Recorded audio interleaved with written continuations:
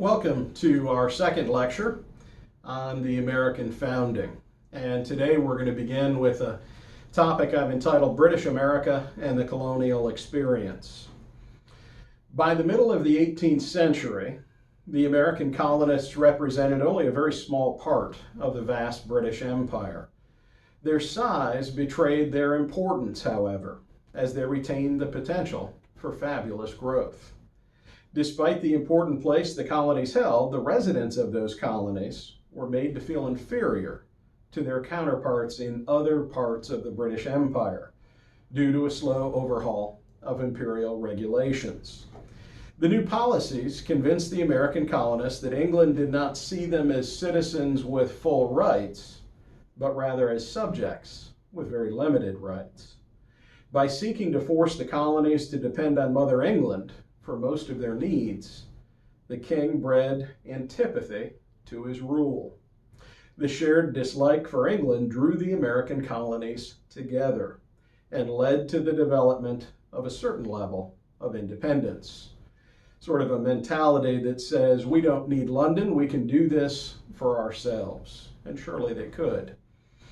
As the colonists moved further from their English counterparts, socially and intellectually, a unique American outlook began to emerge. The great French observer of American culture, Alexis de Tocqueville, highlighted some of these distinguishing characteristics when he visited the United States in the 1830s. Now, I want to make something clear here. The period we're talking about takes place roughly 70 years prior to Tocqueville's visit. But I've chosen to use him to illustrate some of these characteristics. One, because he's a very prescient observer, and two, because I think what Tocqueville has to say is just as true in the 1830s as it was back in the 1760s. So here are some of Tocqueville's observations about these so-called Americans. First, the first thing that he noticed was there was a great social mobility in America. People and families were constantly rising and falling. This is not the norm in Europe because of the long-standing traditions regarding social rank, privilege, and wealth. In Europe, one was born into a certain social standing. In the United States, for the most part, each individual earned his or her place through their own initiative and hard work. The second observation, there was a proliferation of educational opportunities available in America. Unlike in Europe, where education tended to be reserved for the aristocracy, the American colonies had dozens of colleges and other schools. This meant that a basic education was available to a far broader percentage of the folks living on this side of the Atlantic. Also, unlike in Europe, where universities were typically run by the state, American universities and schools were founded largely by religious orders, and they were largely private in nature. Despite the fact that colonial students studied all of the liberal arts, over 25% of American graduates went on to become ministers, the most honored of colonial professions. Third, because of the social instability present in the American colonies, this is a negative observation, no single class played the role of patron of the arts. In Europe, the great aristocratic families were the patrons of art, supporting it on a massive scale. Because there was no aristocracy to perform a similar function in the colonies, American art tended to be inferior to that of Europe. Because they could not count on earning a living from wealthy patrons, American artists had to produce things they could sell if they wanted to eat. In the colonial period, this meant the content of their art was largely limited to patriotic scenes and to portraiture. Fourth, a kind of American vernacular began to grow up among those who had been born in the colonies. Colonists prided themselves on their innovative spellings and in stripping the so-called excess baggage from British English. This new brand of English was so different that by the time of the American Revolution, Noah Webster began to work on a dictionary of specifically American English. A fifth observation, Tocqueville also noticed the Americans had a passion for politics. In a system where the individual had agency, in other words, they could affect the world around them, people sought to become involved. They not only saw this involvement as an opportunity to improve their life in a particular area, but they also saw it as the duty of all good citizens. Finally, Tocqueville noticed that Americans had a passion for the written word. They were constantly reading. Though many Americans didn't have the money to purchase expensive books, they did purchase and read pamphlets and newspapers at a rate far exceeding our modern reading habits. Tocqueville commented on the fact that even the working class seemed to be well read here in America. To paraphrase, he said, "I can go into any field and speak with the most common farmer about Cicero." And apparently he didn't find that to be true in Europe. Now, here in the colonies, agriculture was the leading industry, employing about 90% of all inhabitants.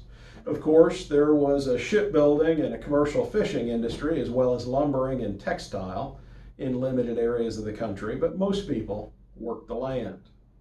Especially profitable for some in the shipping business at this time was something known as the triangular trade. A ship captain would set sail from the American colonies with a cargo of rum. He would sell that rum in Africa in exchange for slaves. He would then take those slaves to the West Indies and sell them for molasses. He would take the molasses to New England, where it would be distilled into rum, and the process would start over again. On each leg of this trip, the ship's captain could expect to make fabulous profits. Daily life for the American colonist was very Spartan. Most colonists lived in one-room farmhouses, heated with a central stove. Their few clothes hung on pegs on the wall, and there were few furnishings in the house. What was usually known as father's chair was often the only genuine chair in the home, the rest being stools and benches. The closer to the frontier that one lived, the more one would expect to see the effects of what was known as Indianization. In other words, the influence of the Native American way of life. Where there had been frequent contact with the Indians, one could expect the colonists to smoke tobacco, grow squash and corn. Like the Indians, they would eat dried venison, wild rice, and potatoes. White settlers copied Indians by traveling via snowshoe in the winter and with dugout canoes when the weather warmed. They also, out of necessity, learned to fight like the Indians. Now, let's turn our attention to a moment for religion. While there were a number of Protestant denominations in the American colonies, the two predominant churches were the Anglican and the Congregational. You might know the Congregationalists are tied to the Puritans of centuries before. British officials sought to impose the Anglican faith on all of their colonies as a way of keeping them British, but this was largely unsuccessful.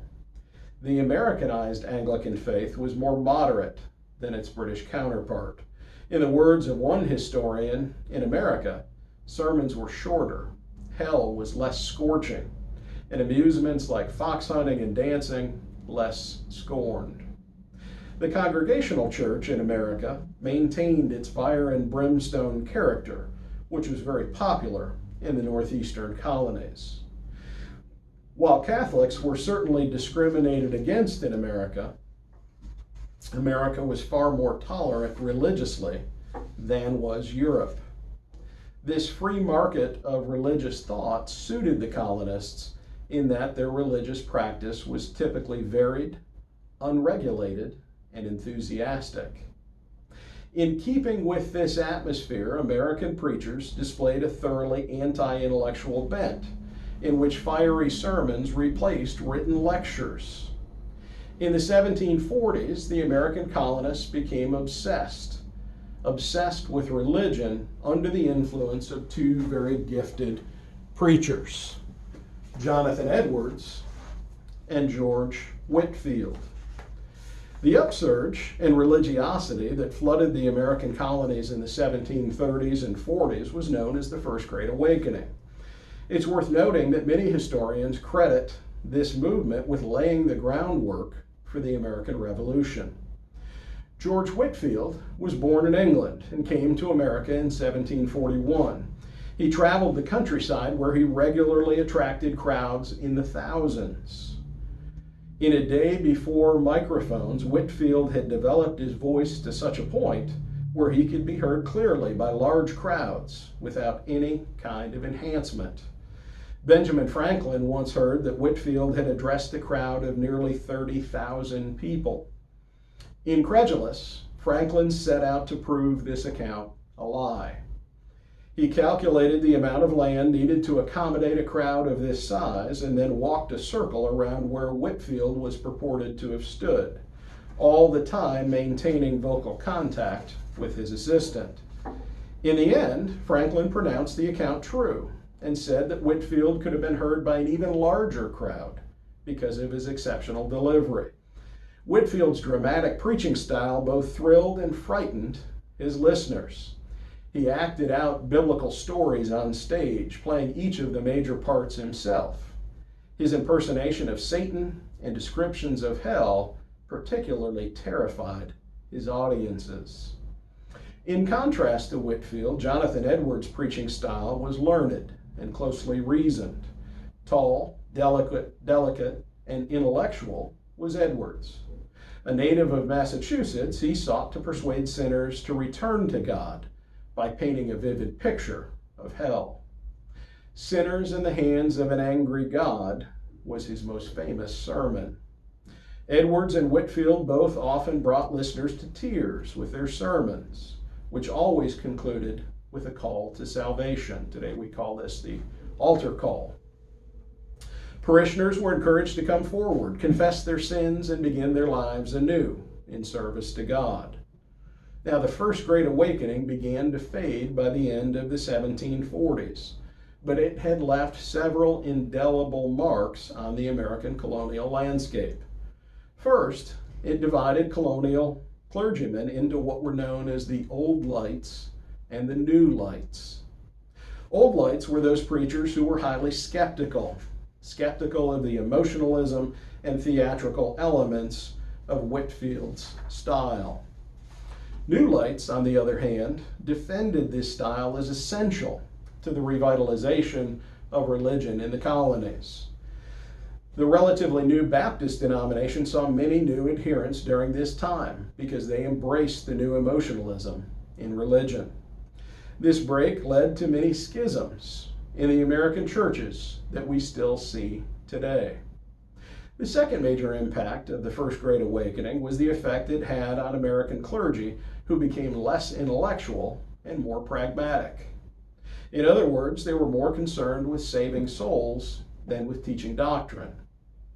Thirdly, this religious revival laid the groundwork for a similar movement known as the Second Great Awakening, a similar movement that would sweep America in the early 19th century, making it possible for the eventual abolition of slavery. Now, we said a few words earlier about education in the colonies, and I think we should make a few more distinctions about this subject before we leave it, because it's indicative of the uniqueness of American culture. The British understood the purpose of education was to create leaders from among the top classes in society. By contrast, the American colonists believed education should be open to a far broader group. The American interest in education for all, typically white males, had its beginnings in religion. It stemmed from a desire for all boys and men to learn how to read so they could study the Bible. Because the Congregationalists were the most Bible-centered of the denominations, it makes sense that they were the first to open primary and secondary schools in Massachusetts. Colonial schools were a mixture of both public and private. The children of wealthy colonists were typically still taught in the home by private tutors, but the subjects were largely the same as in a brick and mortar school. All students, whether they were in school or being taught at home, typically learned Greek and Latin and the classics. Colonial educators believed this sort of classical learning, by focusing on the lives of great figures in history, would enable students to best emulate the virtues they saw in their heroes and heroines. The organizing principle of the colonial school was that the teacher was the expert, and it was the duty of the interested student to learn certain facts, so as to provide him or her with the basis for future learning.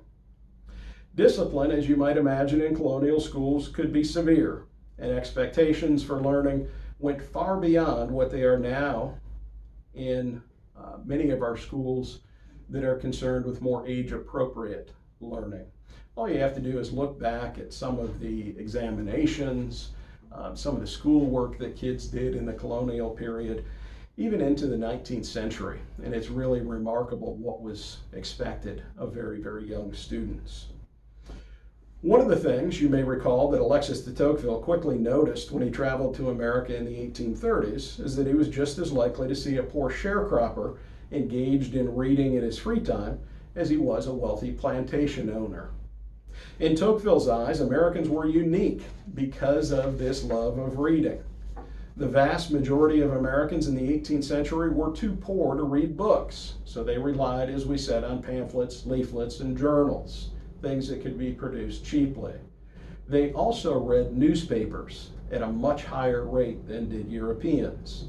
Benjamin Franklin, ever the prescient observer, noticed this fact early in his life and built a fortune selling materials to eager readers. In fact, he created the first postal service so that his reading materials could be delivered throughout the colonies. Franklin's most famous production was, of course, Poor Richard's Almanac, which he produced himself from 1732 through 1758.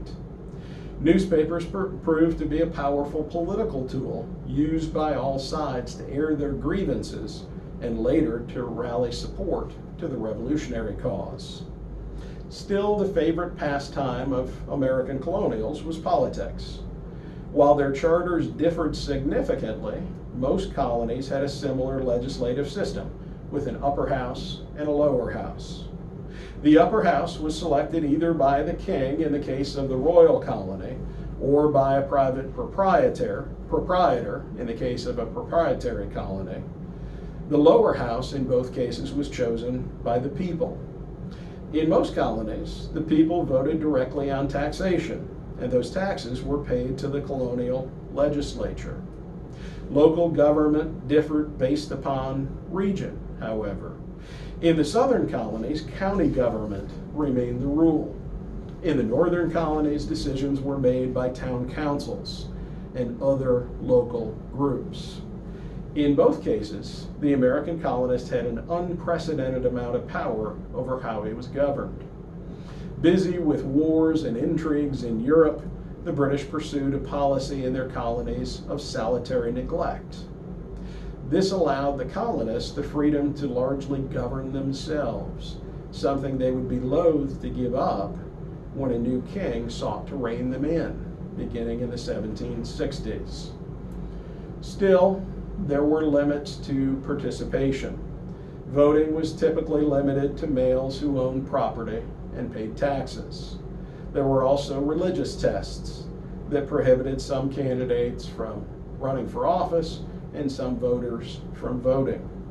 All in all, the American colonists enjoyed far more say in their political system than did the average European at the same time. Now, next time, we're going to look at the British effort to defend and expand their North American empire in the French and Indian War, and we'll begin to examine the American Revolution. Thank you.